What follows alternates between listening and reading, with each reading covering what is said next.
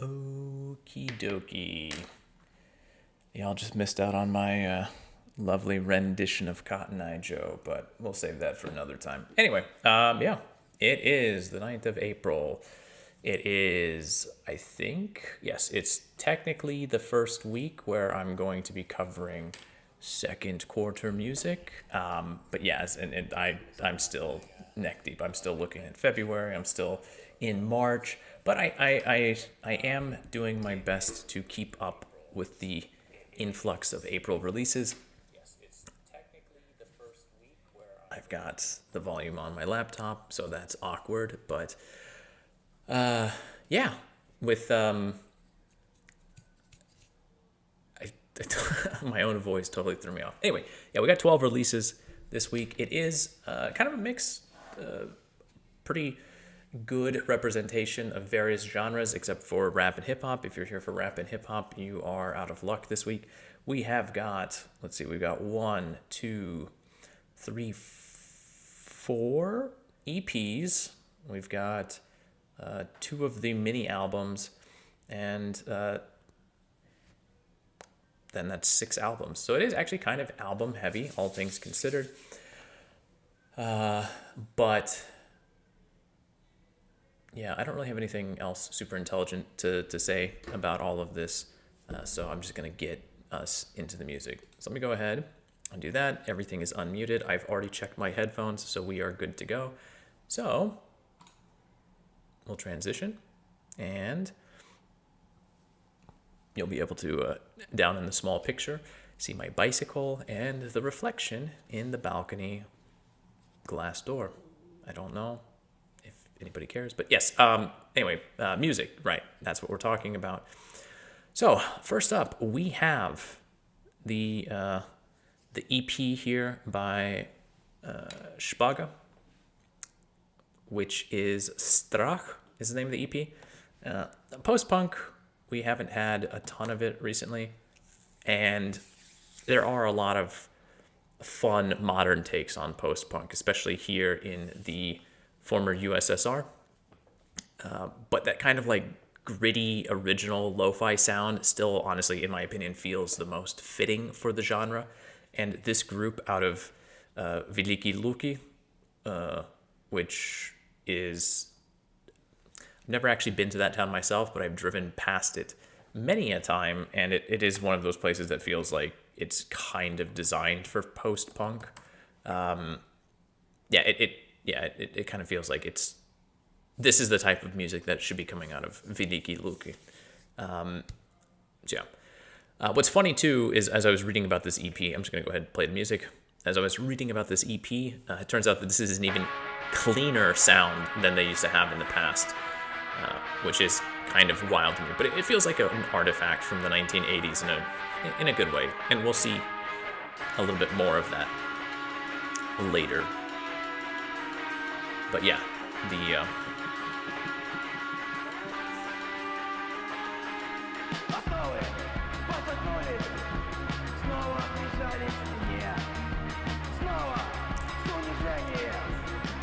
Страх translates as fear, and all of the songs on this EP are connected to various fears or phobias, which again, post-punk, it does kind of. Also, for what it's worth, Špaga, the name of the group, translates as like a skewer, a toasting, a turning fork.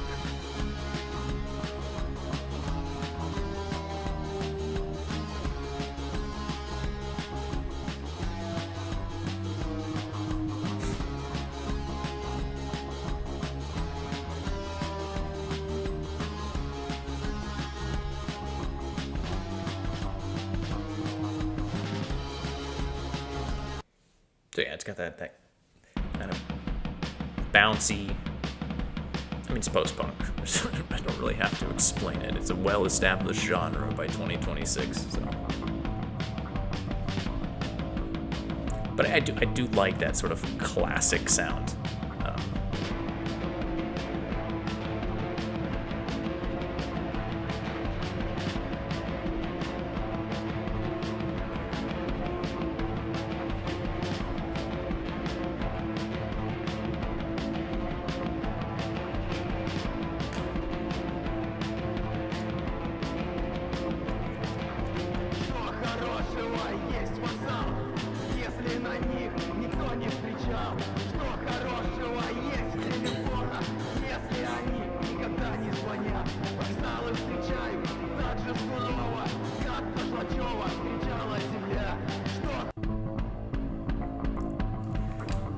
So yeah, just a nice short little EP there. 4 tracks, pretty much that atmosphere the whole time. But again, if you've ever been to Veliki Luki or you've driven past it through that region, it's on the road from Moscow to Riga. Used to be the fastest way from here to get to the Baltics. So it was one that we traveled. And honestly, the album artwork fits very well with all of this. But yeah, that is the EP Strach by the group Špaga. Up next, this says it's an EP, but let's be real, it's 8 tracks, it's 36 minutes long. I get it's electronic music. This is the album Resist.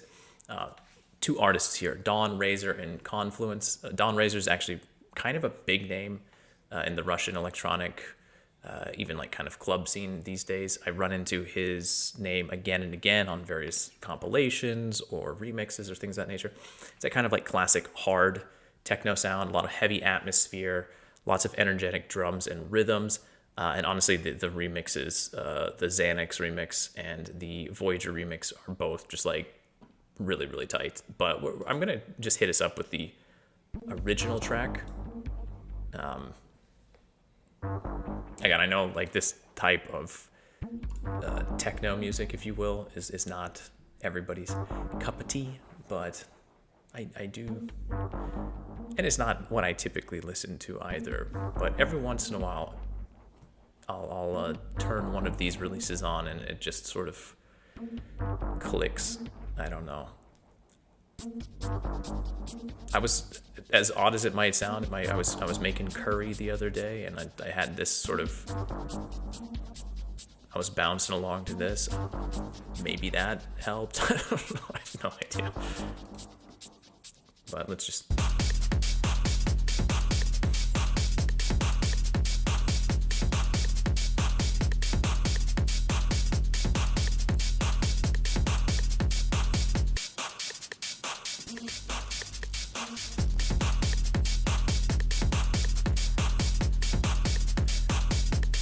As is often the case with a lot of this type of music, you really have to be able to, like, if you can picture this in a club setting, you can see where this would be really, like,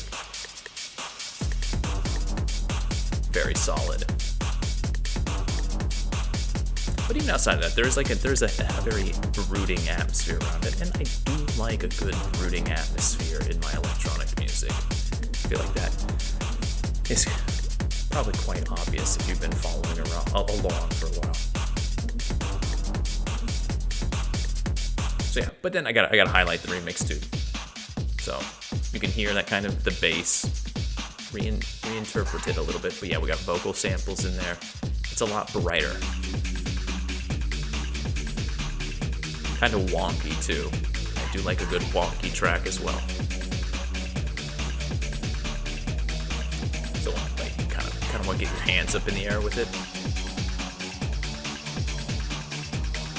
Also, nice album artwork too. If you actually have, I know you can't see the picture as large as I can, but unless you have like a massive screen, but you can actually see like it's an actual painting. You can see the relief here, like with the paint splatters and stuff.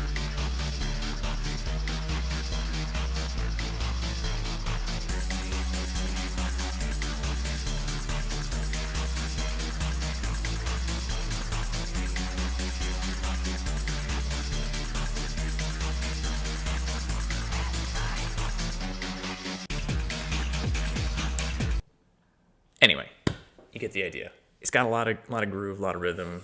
I mean, a lot of repetitiveness, but that's kind of techno electronic music in general. But yeah, really good stuff. It's not necessarily the type of music that I highlight very frequently here, but I do think that there is something to it. It is enjoyable. Yeah, that's the album Resist by the artists Dawn Razor and Confluence here. All right, moving on. All right, so we're switching gears a little bit, and I'm actually going to talk about the next 2 albums kind of back to back. I'm going to talk about this one first, even though I think it's the better of the 2. This is the album Komната by the artist RAVDINA.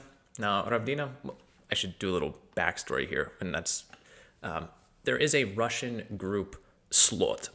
And Slot was one of the first groups I discovered on my first visit here as a student. I bought a disc. There was a little shop, a little stall, a little record store right outside Metro here in Moscow, Kropotkinskaya, which is near the big Храм Христа Спасителя in the center of Moscow, the big cathedral. And I was just walking around. They had a record store, and I went in, and records were dirt cheap, so I just bought some like Russian music. I didn't know what to get, and I got the album Slot. Dve Vojny, I think was the name of the album. It's like their second or third album. I also picked up Naive, and I also picked up a Kasta album, Trokmerny Rytmy, for what it's worth. But anyway, Slot was this kind of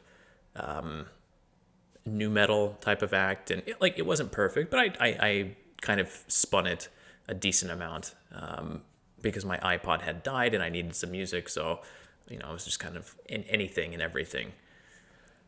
So anyway, that story aside, RAVDINA here, Daria RAVDINA, is now the lead singer, or like one of the main vocalists in that group Slot, who are still putting out music in 2026. She was not the lead singer at the time, but she took over duties in that group not long after, I think, the next album after the one that I bought. Kind of just a tangential story, but anyway, yeah, this is her second sort of side album where she's doing it kind of as herself. RAVDINA, it's not her, obviously she has a back to. Musically, it's very nu metal, kind of genty metalcore, although the third track of Сентября, right, in September, has a lot of the kind of ballad, alt metal radio sound. It is pretty cookie cutter at times. And I have seen a number of people online complaining about the lyrics. But like, let's be real, in a genre like nu metal, alt metal, whatever you want to call it, the lyrics are never like genius level in the first place. To me, it seemed pretty average, run-of-the-mill type stuff. But the thing that sold me on this, other than, let's be real, I went into this with the album artwork because it did remind me a little bit of, for whatever reason, Bring Me the Horizon, and just like also weird manga. But yeah, the vocals are the selling point here. It just really well, clean sung vocals, very strong and pleasant voice RAVDINA has, but her screams and her growls have just got a lot of weight behind them. It really packs a punch. I'm just gonna go ahead and play that. So yeah, in many ways, this is kind of a normal album, not something that I would probably spend a lot of time talking about. But I discovered this, or I was listening to this album, and then I kind of stumbled onto the one I'm going to talk about next, and I kind of felt like it was worth highlighting both of them because they're quite similar, even though I think this one is better.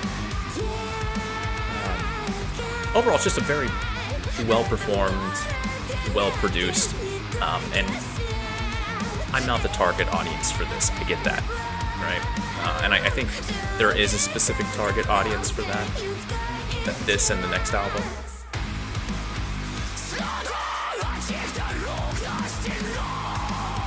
That's what I'm talking about. Like, she drops those screams and growls throughout, and definitely make you. But then, like, when she goes into the cleans, it's again, this is not groundbreaking or anything new, but it's well done. It's fine, and there definitely is a market for this music still in 2026, I guess. It's kind of the question I have still. But yeah, so yeah, here's like kind of like that nu metal-y sound as well.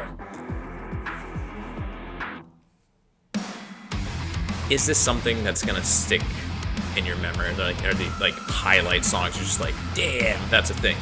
Not really. I mean, I'm sure for some people. But, and again, I'm going to talk about the next album here in just a second.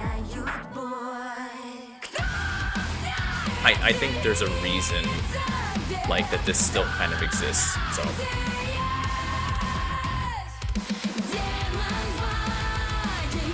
Again, pretty cookie cutter, but I featured that group last week, Grunge, the one I said were kind of like, in the past we would have called them industry plants, but now they've taken the rock and metal formula and distilled it down to its essence, and it's like,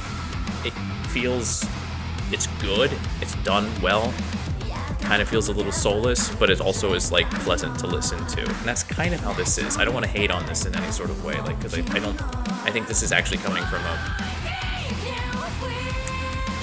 a non-commercial interest sort of place. So this is the album Комната by RAVDINA, and I'm going to kind of keep this open for now. I'm not going to close right away. The other album is навсегда by this group Астра. And like I said, I don't think this one is as good as RAVDINA's. It's kind of basic. It's basically the same formula. Musically, I would say this is a little bit closer to the alt rock, the alt metal sound of the 2000s. We got the altushka in the glasses with the raven. So we are like, if the hair was different colored, we would be on the Scene Kids right now. It's got kind of like the radio rock guitar solos too, but it's also got a lot of. The reason I was not as much of a fan of this is it's got more of, I don't know how to say it, like the speed of the suburban angsty emo pop punk, like with the speed and the drumming. It's not a bad thing, but I'll go ahead and throw up. I guess we'll go with this one. Привет. Я искала тебя ровно 1000 холодных зим.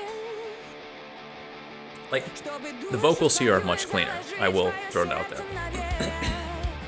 And for a lot of people, this is going to go down smoother for that reason. And again, just like, it's a little less aggressive.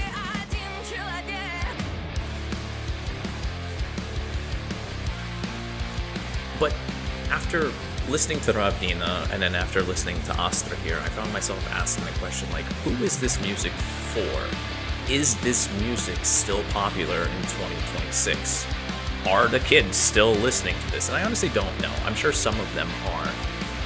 And I found myself asking the question of, is this just music kind of made by 30 to 40-year-olds who are still like in that mindset for other 30 to 40-year-olds in that teenage mindset? Or does this still function as a gateway into the rock and metal community, especially for like younger women and girls? And I guess ultimately it doesn't really matter. If this music's being made and these artists are still doing it, like I mentioned, RAVDINA is the vocalist for the group SWAT, who have been doing it for over 2 decades now. So evidently the market is out there, and you look at groups in the States and they're still doing reunion tours. A lot of the alt metal, new metal groups from the 2000s have hung it up. It does feel like that genre is still kind of not scraping along, but like still thriving in the underground here in Russia. But yeah, again, I'm not the target audience for this music. But I'm also not going to pretend like this isn't well done. Is it anything special? No. But did I want to get up? I think it's just like a horrible sell. Did I want to get up and turn the music off when it came on? Also, no. I was enjoying it. There's something here. If you like, again, female vocals, things a little bit heavier, then yeah.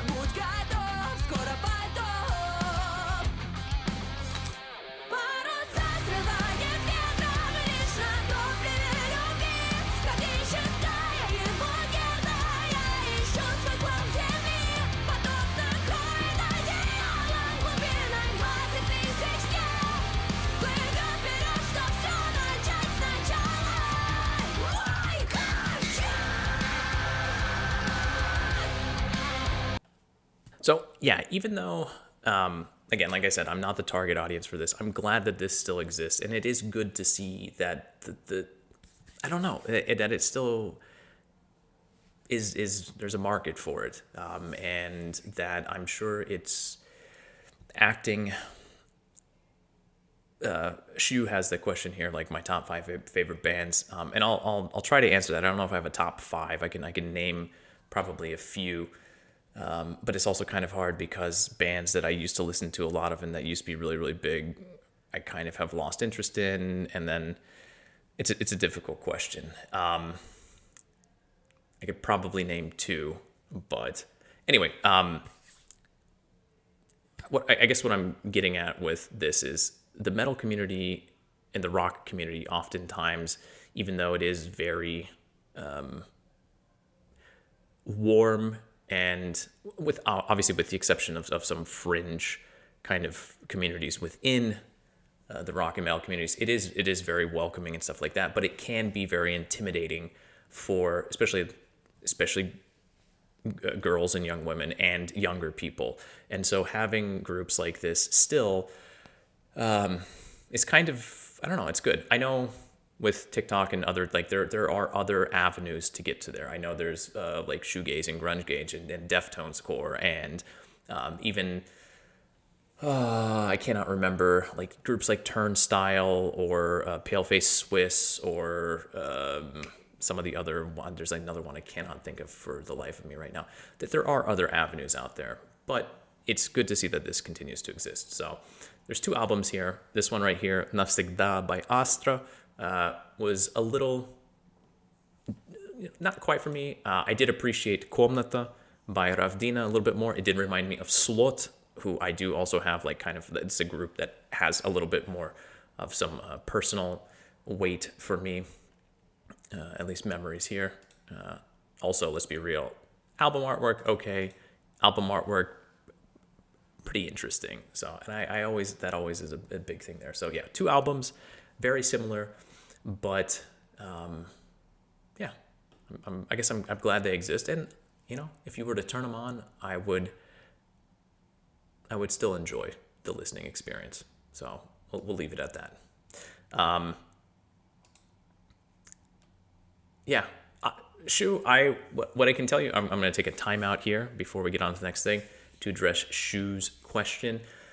The two groups that I can name just off the top of my head, because I have seen them multiple times in concert, and I think that's like a big thing of it. The first, like my favorite band of all time, and it's not even a question, it's Nine Inch Nails. Just the depth of the music from Pretty Hate Machine through Downward Spiral to With Teeth. Obviously, The Fragile is a masterpiece. Like, it's a group that has Trent Reznor and then later with Atticus Ross has explored. It's one of the reasons that I think like IDM music to this day is it's music that you can enjoy on a surface level, but then if you're willing to kind of, especially with like the Downward Spiral and The Fragile, if you're willing to sit with good headphones and really kind of sink into the music, there are layers. It was, you know, like those are albums construed by or constructed by a perfectionist, and then, you know, obviously as time shifted on, the music shifted with it, but then there's the soundtracks that go with it. So anyway, like Nine Inch Nails, Trent Reznor, whatever you want to call him, the group, however, definitely, and great live show. Beyond that, I have to throw in the Black Dahlia Murder. Rest in peace, Trevor Strand. Like, it's, I don't know. I love the Black Dahlia Murder. We're going to talk metal a little bit later, but the Black Dahlia Murder is very kind of like melodic death metal and just so over the top, very theatrical. And I think that's like one of those things in metal. Again, just like really fun live shows, really great community. Beyond that, it's not all rock and metal. I'm gonna put that out there. I would have to think about three other groups. I would actually like, but those are the two that just come right off the top of my head. Yeah, it really depends at different times. You know, in anyone's life, you run into different sort of phases or places of mind. Yeah, I don't know. Like a big Lil Wayne fan before the Carter 3, if that makes any sense. Like back when he was in his mixtape phase.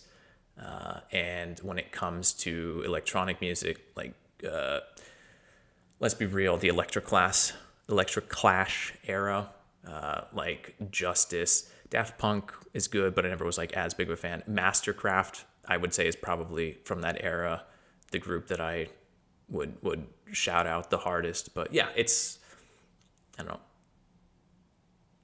There's a lot of music I love. I listen to a lot. That's kind of part of the reason I do this. Russian Circles. Love Russian Circles. Actually, I should probably mention that. Post-metal, really good stuff. All instrumental, out of Chicago, oddly enough. But yeah, anyway, it's a difficult question. 5 is hard because genres and moods and seasons and so many things. But hopefully that little ramble, Shu, gives you a bit of an idea, just kind of where I'm at musically. A little bit of everything, but obviously my musical roots are in metal. Slipknot, obviously, as an Iowa boy, like there's no escaping that. Just not. That's kind of in my blood. So anyway, moving on to the music that we have here. This is the artist Vika Kravtsova. She actually released her debut album. I think she had an EP prior to that, but she released her debut album back in 2024. I do remember 2024 was the year I first started paying attention to the Russian music scene kind of more seriously and kind of giving myself over to it. And I do remember encountering her album at that point in time, but I had kind of forgotten about it. It made some small waves in especially in like kind of the indie community. But here, this is her EP, and I think I can get this right. Хрестоматия, подводной жизни. Yeah. So anyway, yeah, Vika is kind of a newer figure in the indie pop scene, and this is her new EP. Kind of, I do like the album artwork.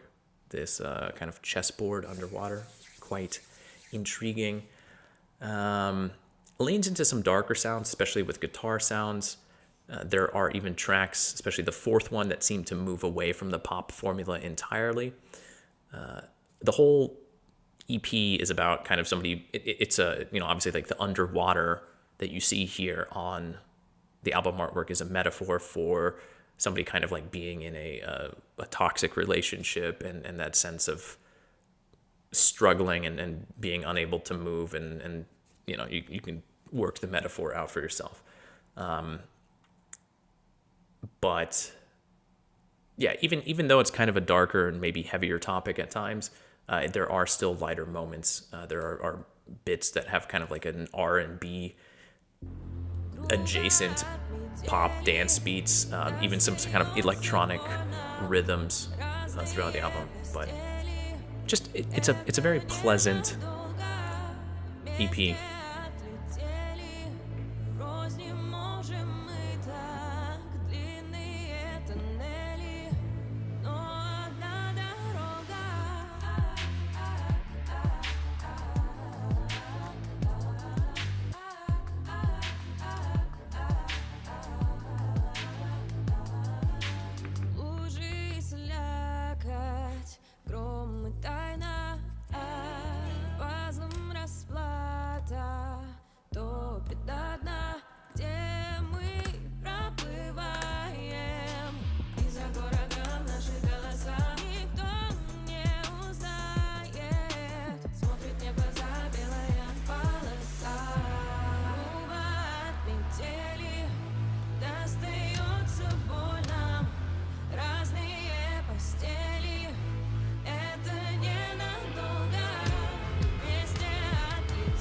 The drums here are fantastic.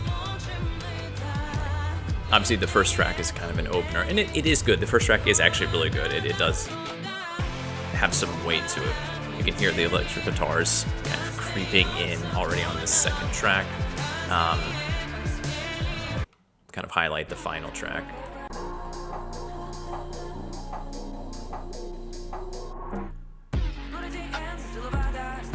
So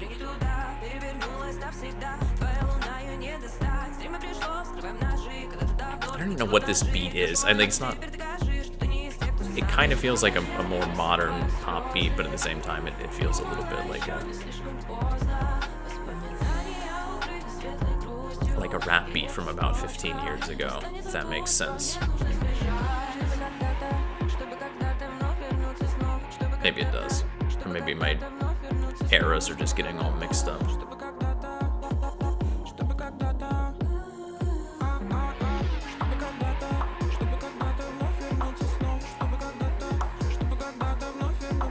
What I will say is, if my memory serves me correctly, so take this with it. I did not go back and re-listen to Vika's 2024 album, but I remember it being much less energetic and a little bit more fragile. I might be wrong on that.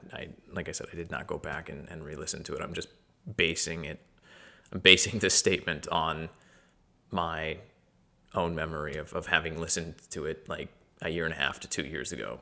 So like once or twice. But this does feel a little bit like maybe like a shift in direction or a shift in sound. Regardless, it's good. It's a nice little EP. It is quite short. It is 5 tracks, only 10 minutes long, so it moves by very quickly. But that's also good sometimes. Sometimes you just want something bite-sized, and that definitely is that. This is this. So this is the EP Хрестоматия, подводной жизни by the artist Vika Kravtsova. And again, very subtle. There's always a lot of album artwork I would like to feature, but oftentimes there's so many dark tones to it, and I always feel like then the thumbnail just ends up being this sort of black and white mess. So I think I managed to get this one on there as well this time. But all right, shifting gears back to the metal end of things, and also with a black and white album cover, we have the group Nan, I guess, Nan, and the album here is Algoritm. This is a group out of Yekaterinburg who describes their sound as math metal, although I'm just going to explain it. It is djent. It's just djent type music. They feel like a cleaner, slightly slower, much less erratic version of Meshuggah. Some occasional electronic elements thrown into the mix. This is good. I mean, like this is the type of music that I like to listen to when, out cycling in the summer, because it's got that really steady rhythm and whatnot. The one complaint I do have with the album is I really wish the the tempos would be a little bit more varied. It does feel like they set the metronome and then just recorded the whole thing at like the same BPM for the entire time, which is fine, but it would be nice if they switched things up a little bit from time to time. Regardless, I'll just play a little bit. You'll get the idea pretty quickly. It's largely instrumental too, so.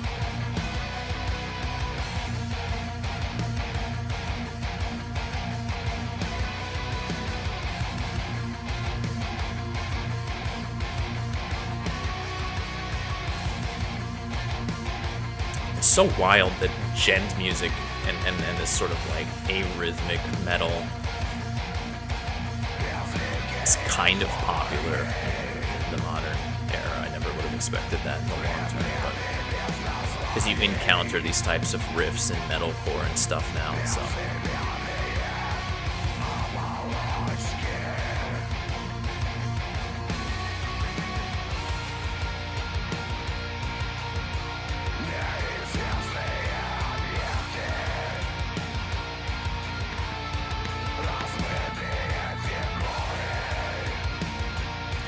So feel that tempo. The rhythm is different, but the tempo's not far off here.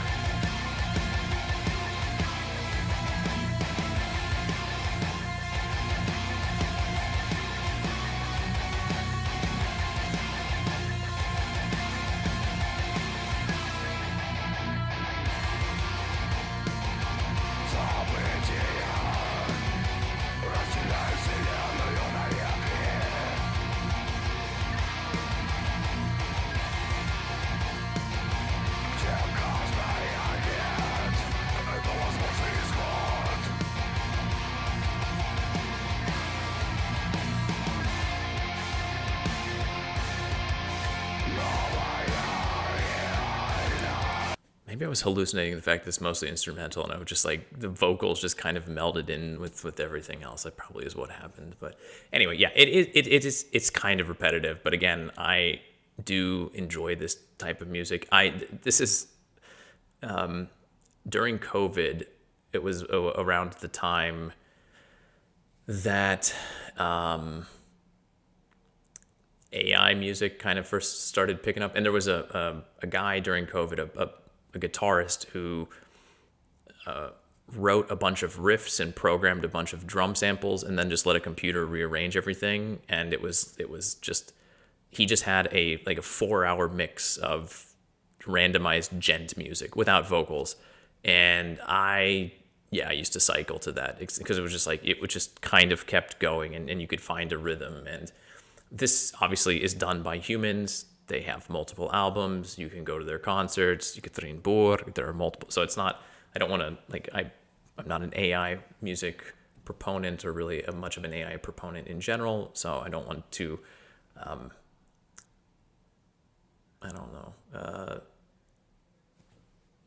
don't want to call their music AI adjacent. I'm just saying that like that kind of slower, gentler music is something that I have a very specific love for at certain times, especially with cycling. And I feel like there's a lot of times when I'm listening to music, and I do think I mention that from time to time, where like this is kind of workout music or whatever. And I know it's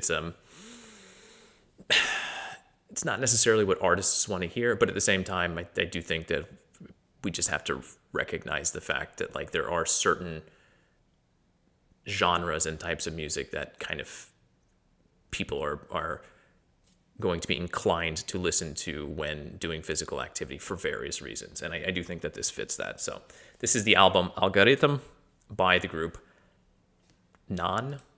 Got a very kind of appropriate album artwork for that. All right, Sepultura. Yeah. All right. Sure, I can get on board with Sepultura. The Cavalera, I do like some Sepultura and some Soulfly as well. I know they're not slightly different, but okay. Moving away from metal, we are jumping into the EP Thanks from the group Pompeya. I talked about Pompeya last year.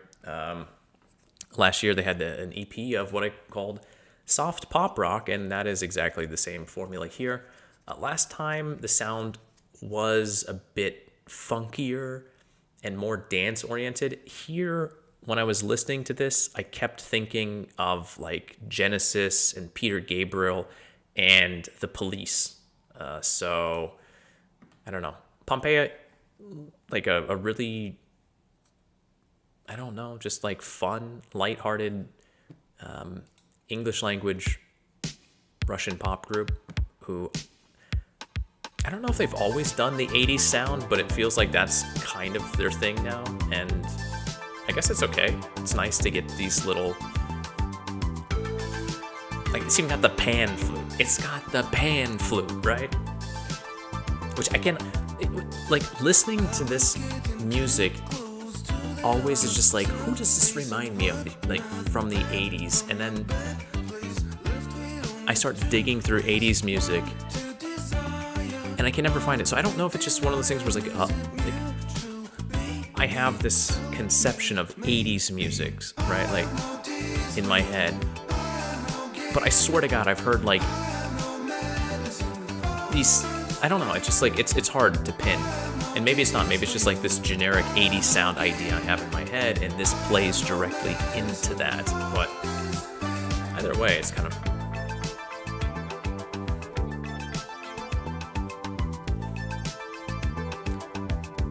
I gotta highlight this one, because this one reminded me of Message in a Bottle by the Police, specifically. I gotta get to the chorus. Hold up.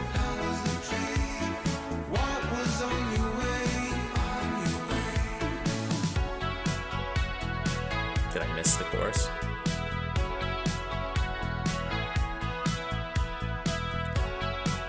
You can hear almost a little bit. I'm sending out an SOS.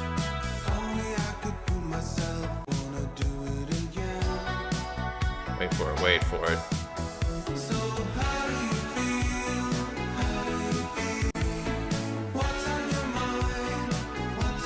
Where is it? I know. Come on.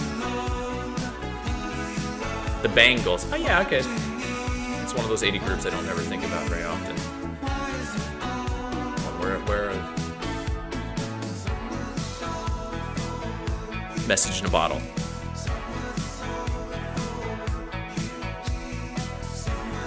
Or Corey Hart, I Wear My Sunglasses. And like, there's just so many things. But this feels like Message in a Bottle.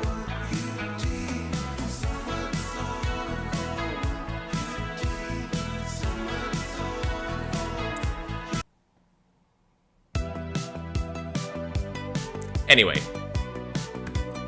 is it, I don't know, is it kitsch? Is it kind of cliche to sort of knock off 80s music at this point in time? I don't know. I mean, it's far enough away. It's kind of like Weezer doing Buddy Holly in the 90s, right? I mean, obviously Buddy Holly was not exactly like Buddy Holly, but I think you get what I'm going for. So.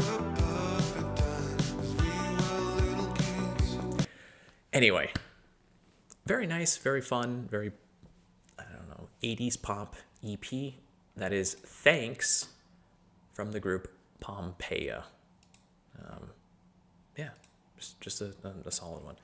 Okay, like my notes were very, very short this time around. And I think I'm just getting to that point because it's one of those things where it's kind of like, this is just the genre. But this is the mini album here, Teplitsa, by the group Sylvia Plak. This is bedroom pop, kind of similar to Clario or Men I Trust. Brings a little bit of its own something to the formula. This is out of Tyumen in Siberia. Very fragile, very twee, very awkward, but and like not every track worked for me, but there definitely are some good ones here. Like this one. I think this one's probably my favorite, but it's even got like the sort of bedroom awkward, like teen bedroom pop, twee kind of album artwork, this magical, whimsical garden. I guess teplitsa in Russian is a greenhouse, so.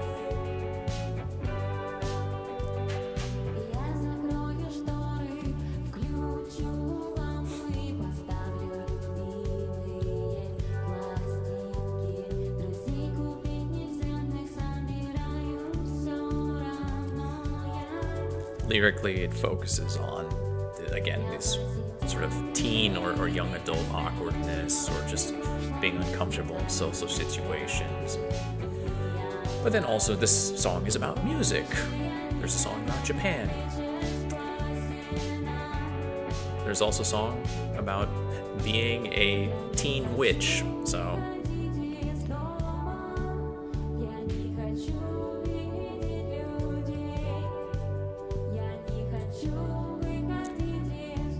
Я не хочу выходить из дома.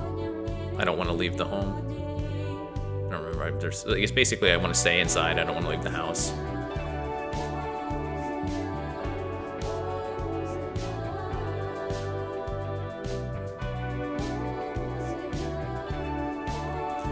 I did the Teenage Witch one too because I really enjoyed that one too.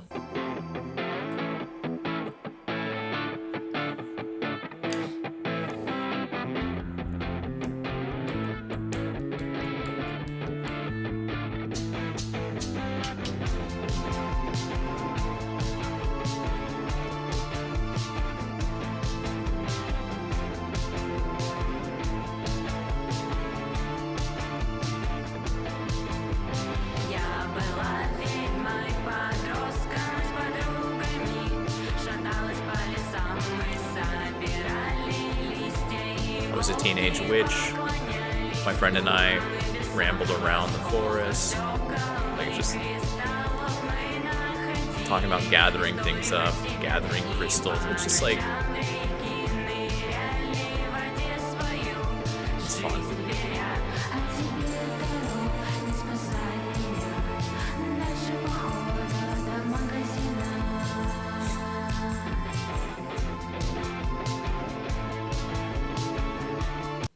So yeah, if you're looking for something a little bit more indie, a little, well, twee bedroom pop,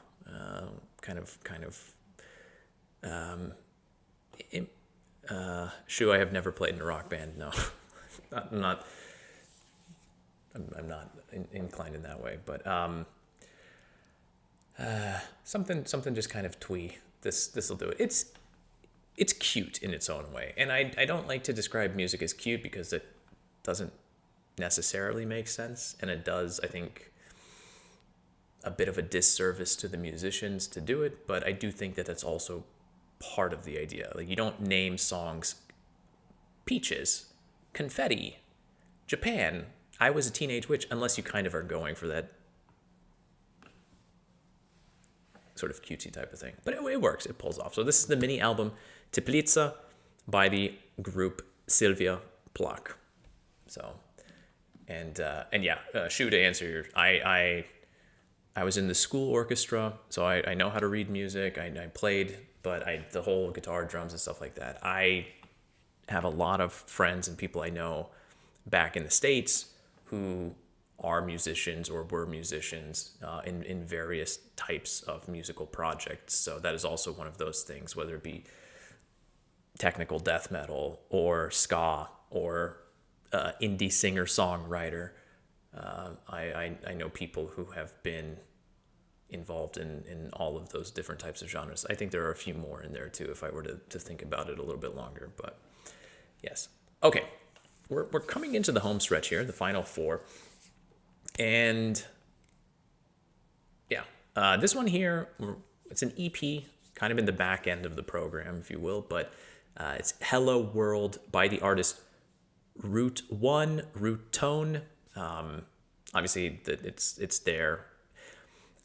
I am a big fan of experimental ideas for albums, and this debut, it's not the debut. A Rootone is I'm just going to say root tone because that's the idea. Rootone. This is a musician this is a side project. I don't know his regular gig, but this is the debut as that a side project. The artist here used bioelectrical feedback from plants as the basis for each track. So, and you can kind of hear this weirdness. You get this weird effect. It's electronic music, but there is something organic to it. Like, there's this organic and this artificial. There's this kind of ambientness to the music, but then also something melodic and rhythmic.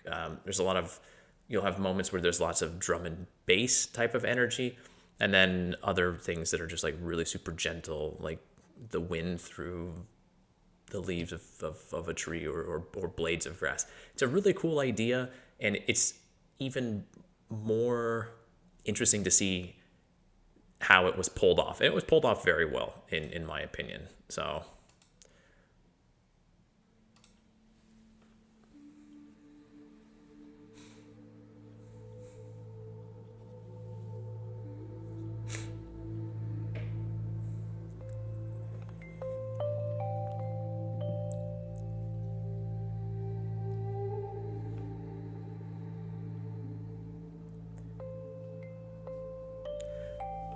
this is honestly what I thought the EP was going to be like, and I was ready for that. I was ready for this just kind of like ethereal, ephemeral experience. And for an opening track, it is very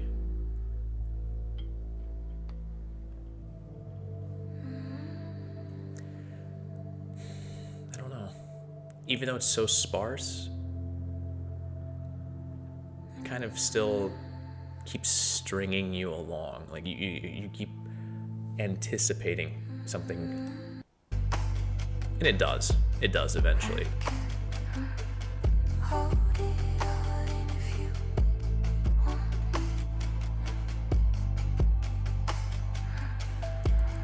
And had the whole release been like this, I would have been perfectly fine with that, but it wasn't.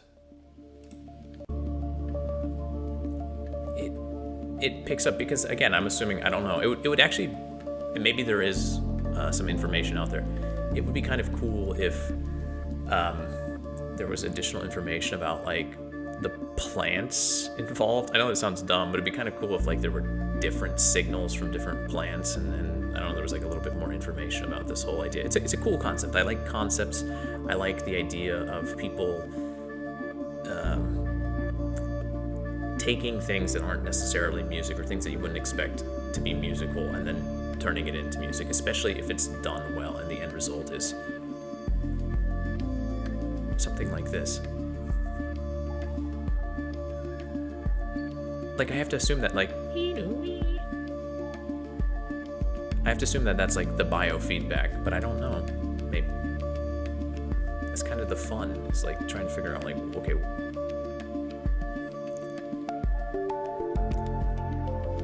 or is it the rhythm of some of the pads? Like, it's an EP where the music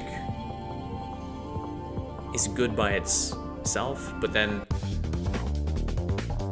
yeah, like, where is the biofeedback? What is it? Is it the chaotic, like, synth-y line that's going on there, or is it something else? So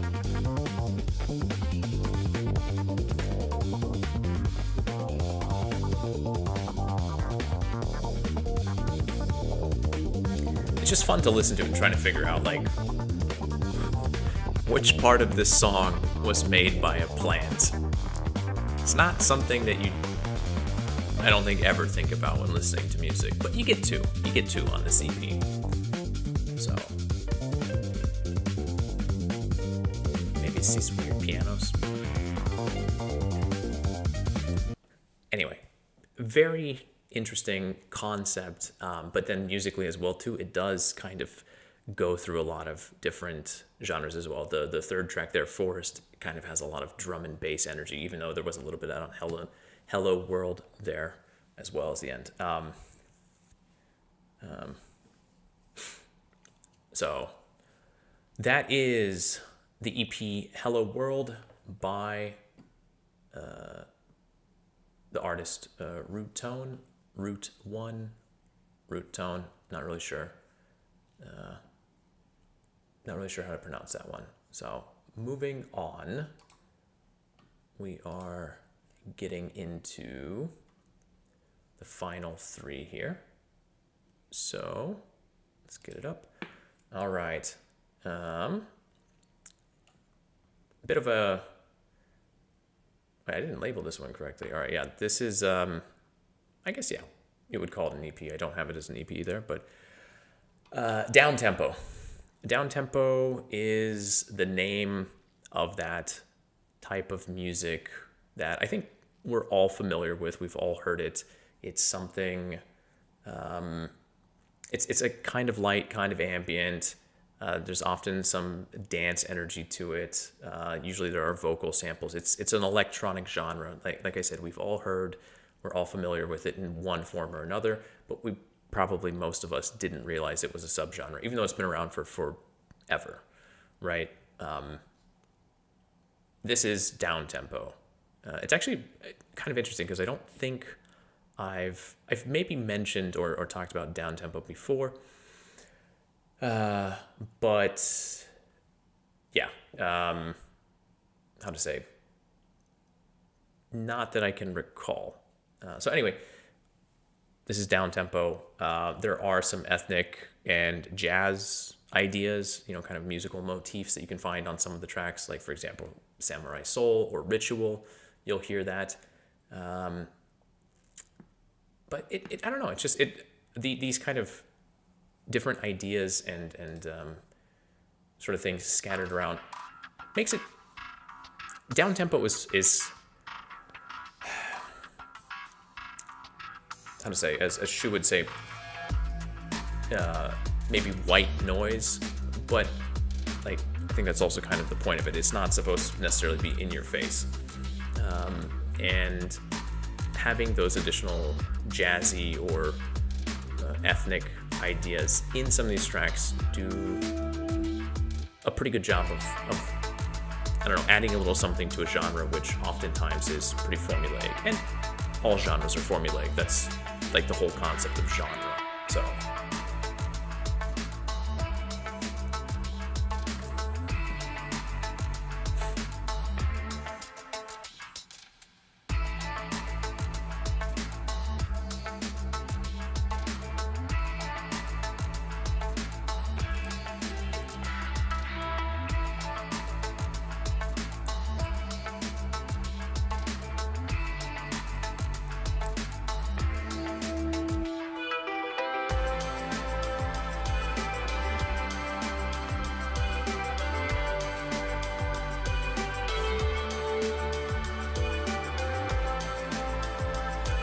sure, I'll respond at the end.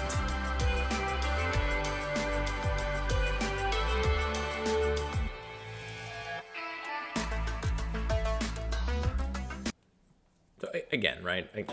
We've all heard this subgenre before. It's been around for a very long time at this point. And yeah, it's kind of a vanilla subgenre, if you will. But there is, I think, something nice about it every once in a while. As is often the case with any genre music. Kind of got to switch things up. And I do feel like it's worth noting, because I do mention this from time to time. Like, this is one of those albums that I listened to, I don't know, kind of extensively as a morning album. Getting breakfast ready, having tea, that type of stuff. It's got enough energy, it's got enough rhythm, but it's also not too overt, too in your face. So, which is nice to have as a bit of a warm me up for the rest of the day.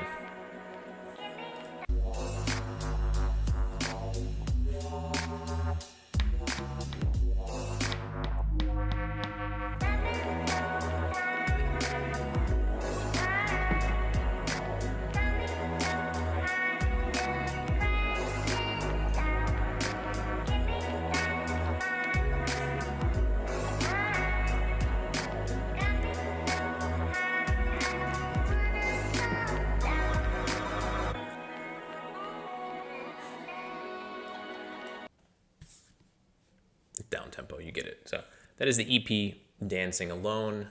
The artist is Nordgroove.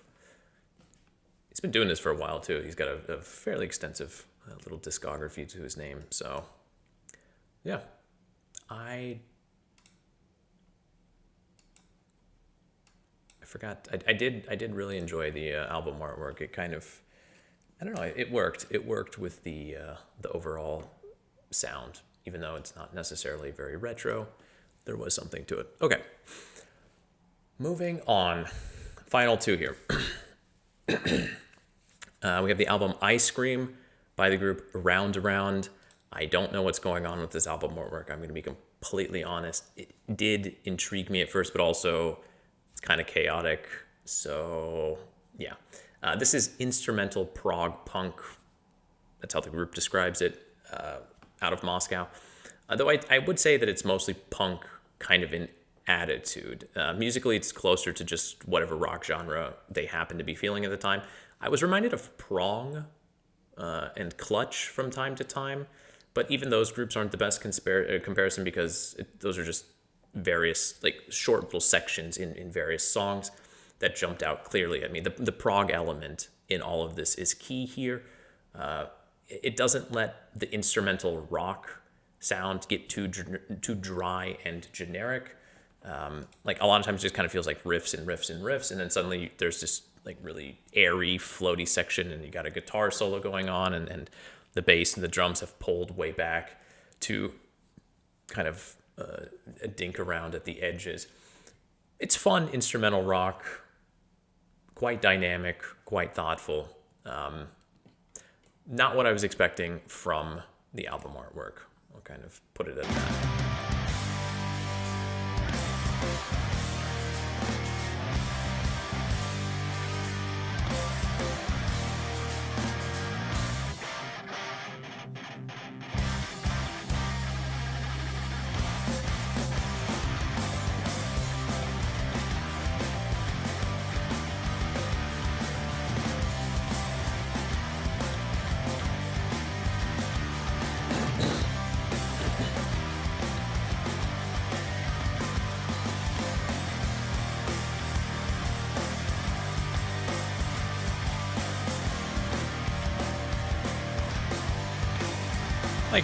kind of pretty straightforward, bluesy, you know, instrumental rock. And I do think this track does kind of stick through to that, but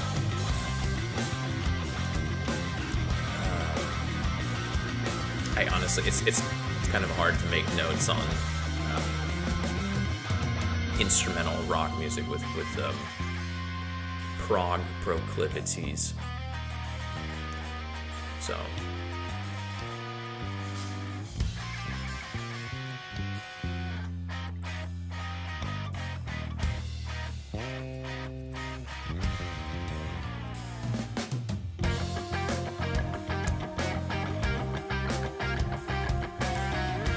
I mean, shoot, at least when it comes to drummers, I feel like a good drummer is always very, very difficult to find. I think that's traditionally, right, rock drummers who are really, really talented are few and far between.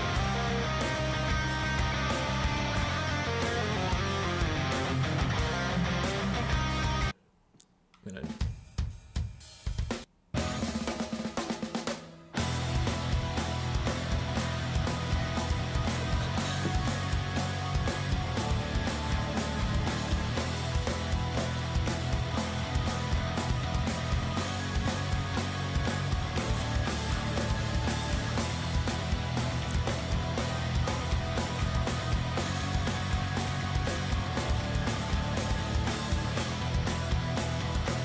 I think the other thing that's important to keep in mind, like almost all of the Russian music industry, and I know this is true for a lot of the music industry in general, but like almost all of it is just at this point in time,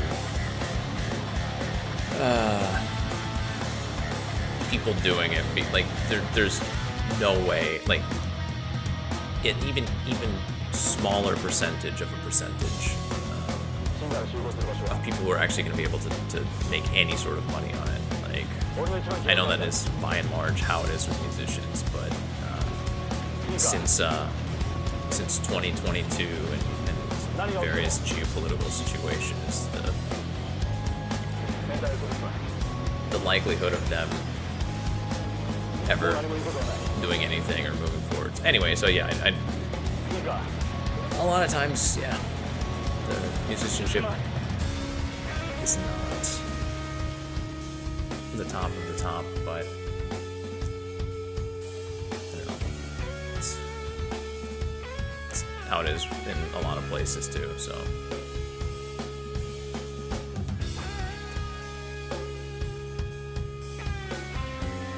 Yeah, Travis Barker is a great drummer. I will agree with that.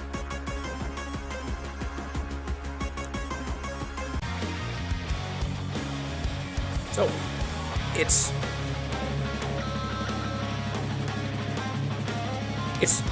instrumental rock music, but you know, across the various tracks, it does move, it does do different things. It never really feels like it's just trying to stick specifically to one genre. Like I said, it just kind of feels like they just got together and started playing music and cranked out some songs. And that's okay. There's an energy here. There is, yeah, I guess maybe just the energy. There's an energy, that drive, and it is an album that, I don't even remember how long it is. Yeah, it's only like half hour long, but it stays solid throughout. The only thing I will say is the final track threw me off because there are vocals on the final track, and I was just not expecting that. And I was not a huge fan of the vocals, I'm not gonna lie. But yeah, it's like just in kind of an eclectic, just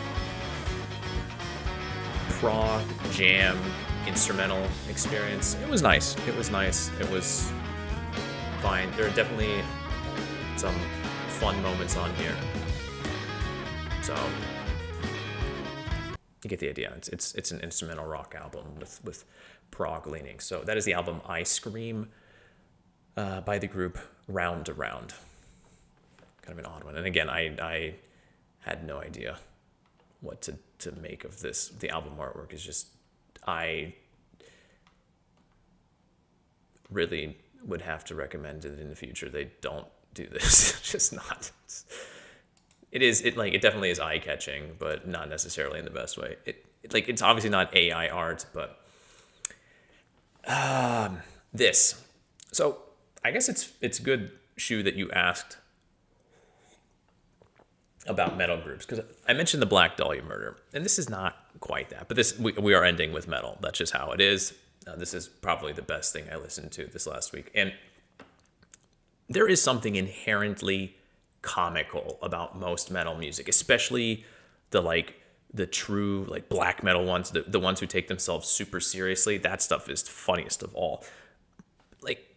Metal music is typically a group of grown, probably unshowered and unshaved men thrashing about on a stage to the most unnecessarily intense and intricate music, with lyrics that are either so grotesque that they border on farcical or just something ripped straight out of a comic book, right? It is kind of a joke genre, but I think that's also why people love it so much. It's just kind of insane. Even the people who aren't singing about fantasy, sorry, maybe not ripped out of comic, but often ripped out of a fantasy novel. How many metal groups are there that sing about Lord of the Rings, right? And then if you go the other way and there aren't singing about fantasy or, I don't know, beating somebody to death with a hammer, then they're dressing in jumpsuits and putting masks over their head, right? Slipknot, right? There is something theatrical and comical about it, but that's kind of how it is. So, this is the album ГОЛУБь в ХОГВАРТСЕ, which is a pigeon in Hogwarts, by the group Pigeon Slayers, which is, I honestly, yeah. We do, I don't know, yeah. This is a new metalcore, deathcore, melodic death metal album. It's about a pigeon who gets rejected from Hogwarts, only to turn to the dark arts and declare war on the wizarding world, and then eventually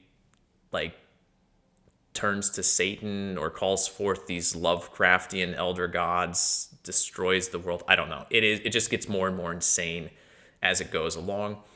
I missed the Harry Potter phase. That was because I was in the Lord of the Rings at that point in time.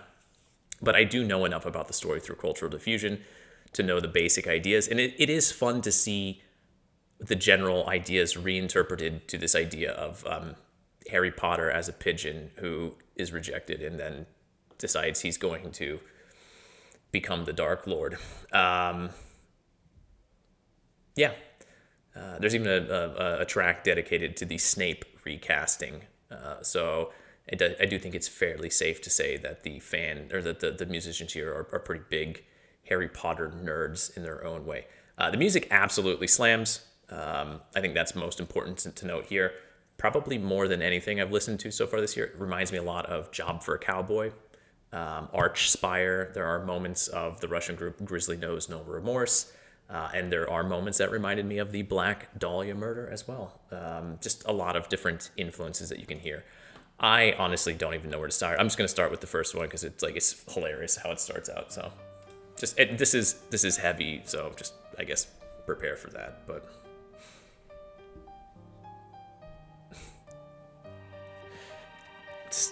it's so over. It's so unnecessarily dramatic at the beginning, but.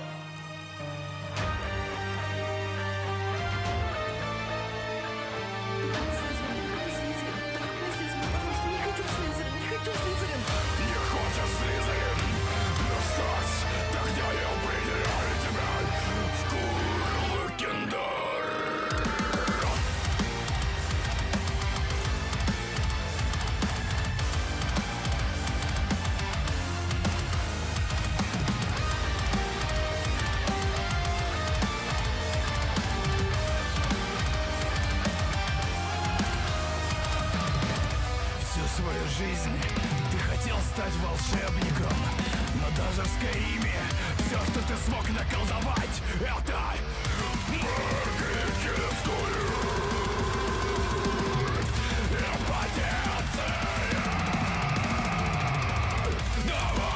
Yeah, remember, again, this is about a pigeon trying to get into Hogwarts.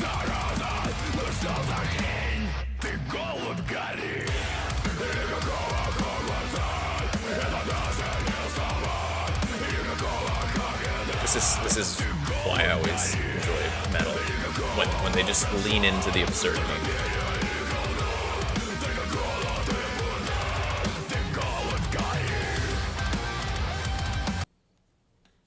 У вас почернел Снейп? Тогда голубь летит к вам.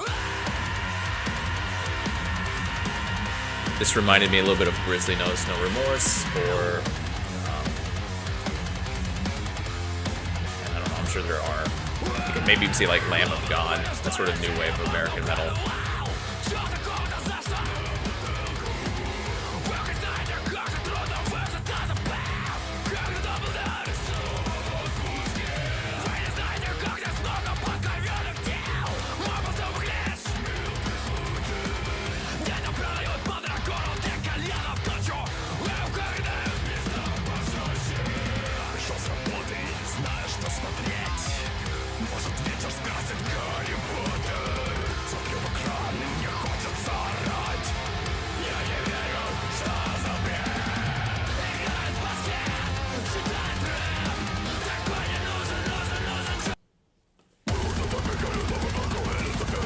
Job for a cowboy, Arch Spire.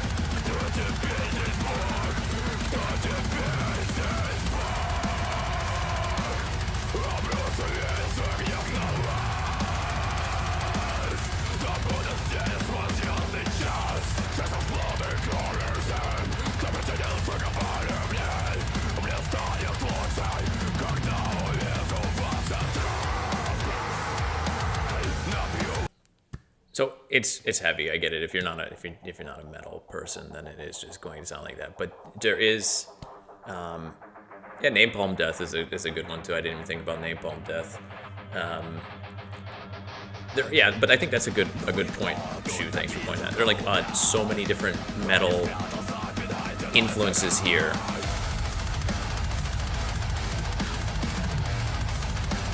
And honestly, like, it's good metal. It's well done. Like, but like, let's just be real. Again, if you don't read Russian, this is you're a pigeon, Harry. Pigeon Dementor, Black Snape, White Pigeon, Corleone, which is a Harry Potter reference I don't get.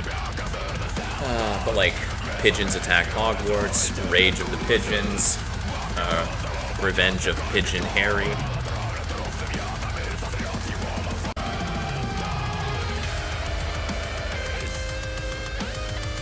It is so theatrical and over the top and unnecessary, so extra in so many ways. But that's kind of why it works, and that's kind of what makes it pretty fantastic in my book.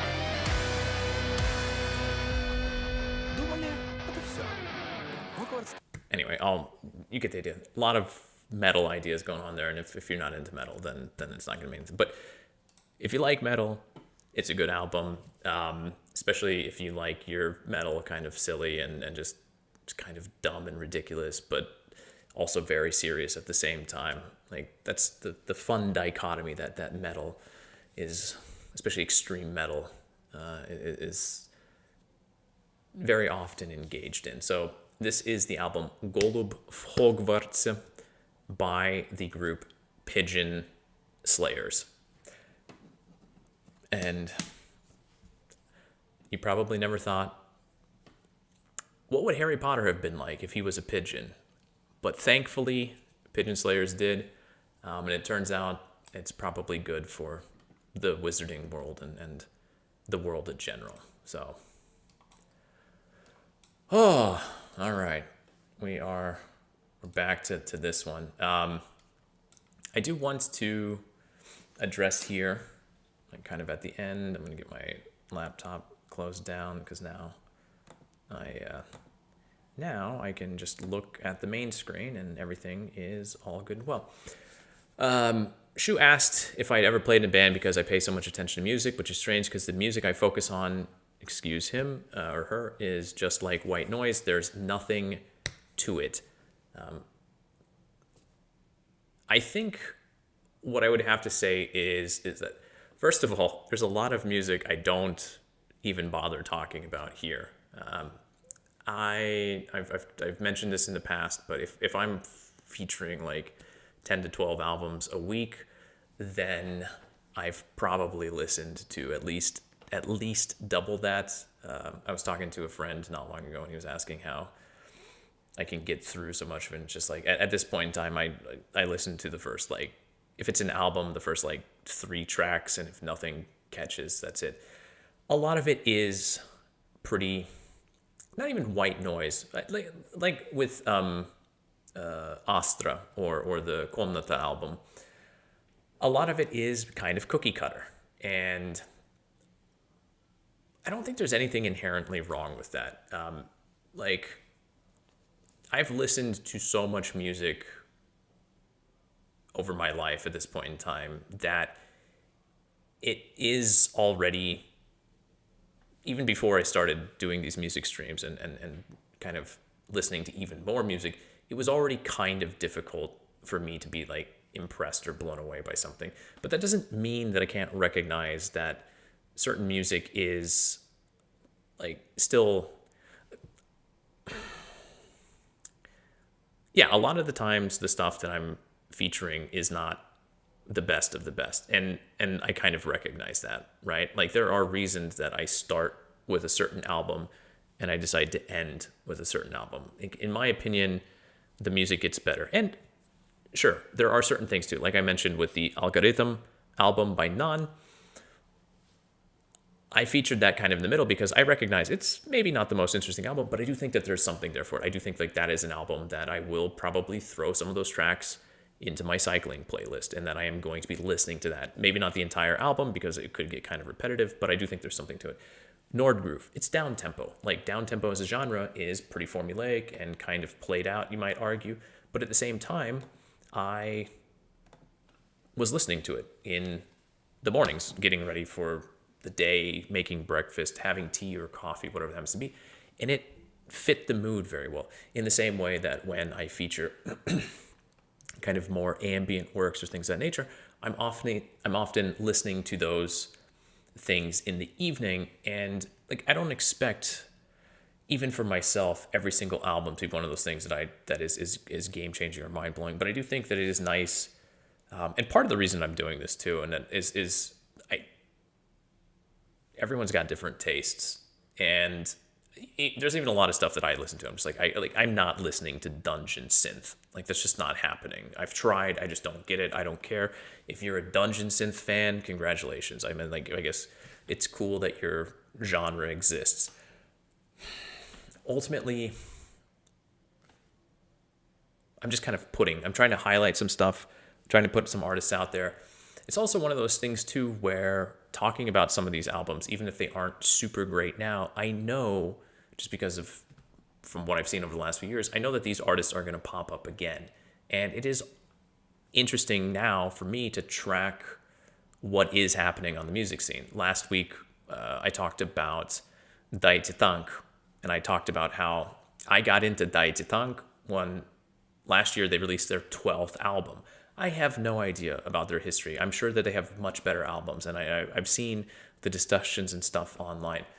I don't care. But for me to see the change from their 12th album to their 13th album, that was something that I could measure and I could quantify, at least for myself, on an emotional level. And so when I see groups put out multiple releases, maybe year after year or every 2 years or something like that, it is also kind of fun for me to track and see what's happening. Like I said, I don't know, the Russian music community is not obviously in a it's not closed off from the outside world, but it definitely is much more insulated.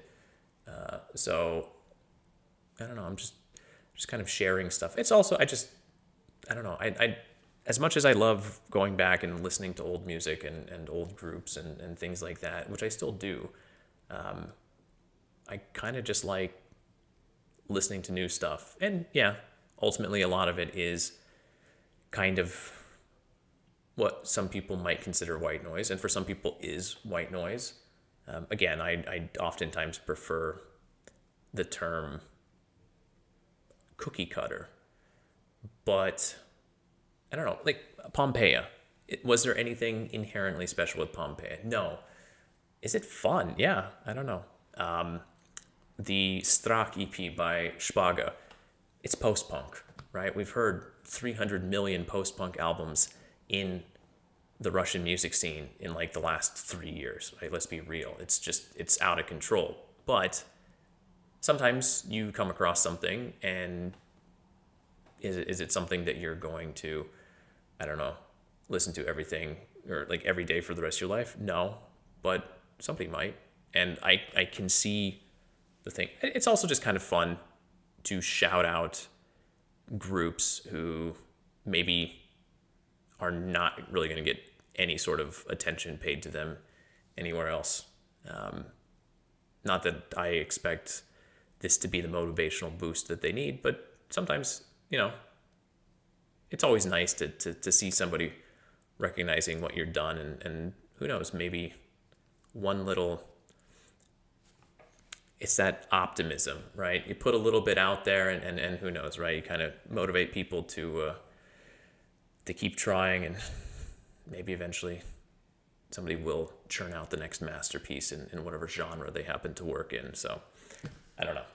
That's kind of it. I focus on music because I grew up and I began consuming music in the era of CD burners, which meant that my friends and I and everybody we knew, and even like the early days of Napster and LimeWire, right?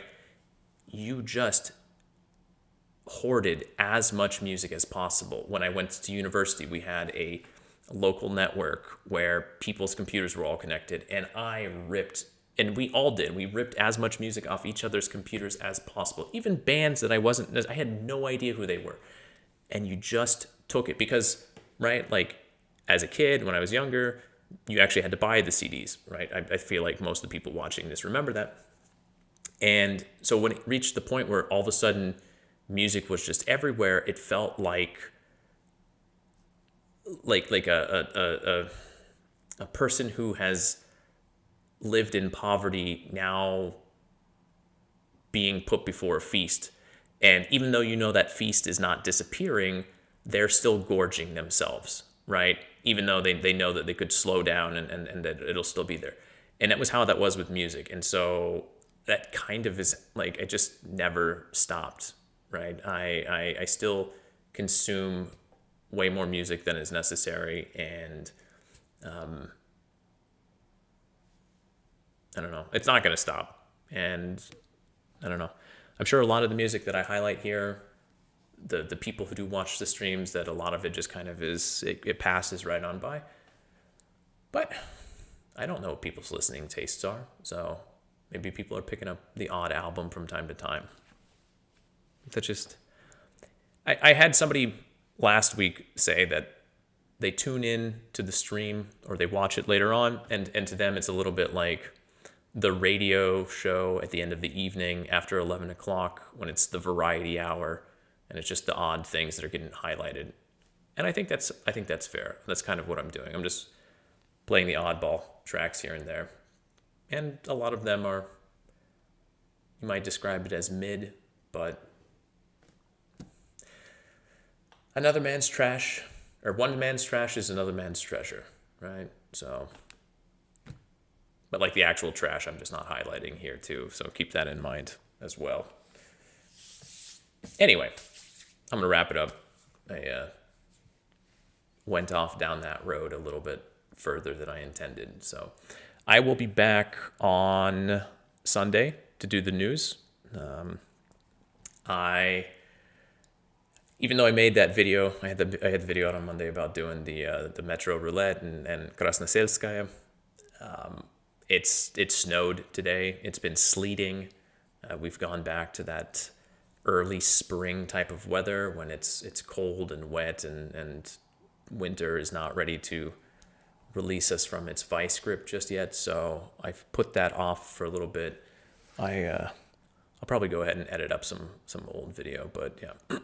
Anyway, it's neither here nor there. It's not really connected to music. But yeah, news stream on Sunday. I will be talking about new stuff and also a little bit about space.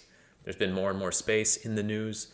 The Artemis 2 program, and then also obviously the Roscosmos here has been having a big event week or something, so they've been popping up with all sorts of things. So we'll talk some space stuff as well, and then next Wednesday is news, and then Thursday it's the same schedule. So tune in, and yeah, you're like Shu here. You're always everyone is always free to chime in. Yeah, and on Sunday too, I gotta talk about some things. I gotta comment about Belarus and Trump and NATO, and I don't know. I gotta sift through that one as well. But none of that is connected to music, so I'm gonna wrap this up. Everyone have a good evening, good afternoon, whatever time of the day it is, where you happen to be. Take care of yourselves. I'll see you when I see you, and until then, пока-пока.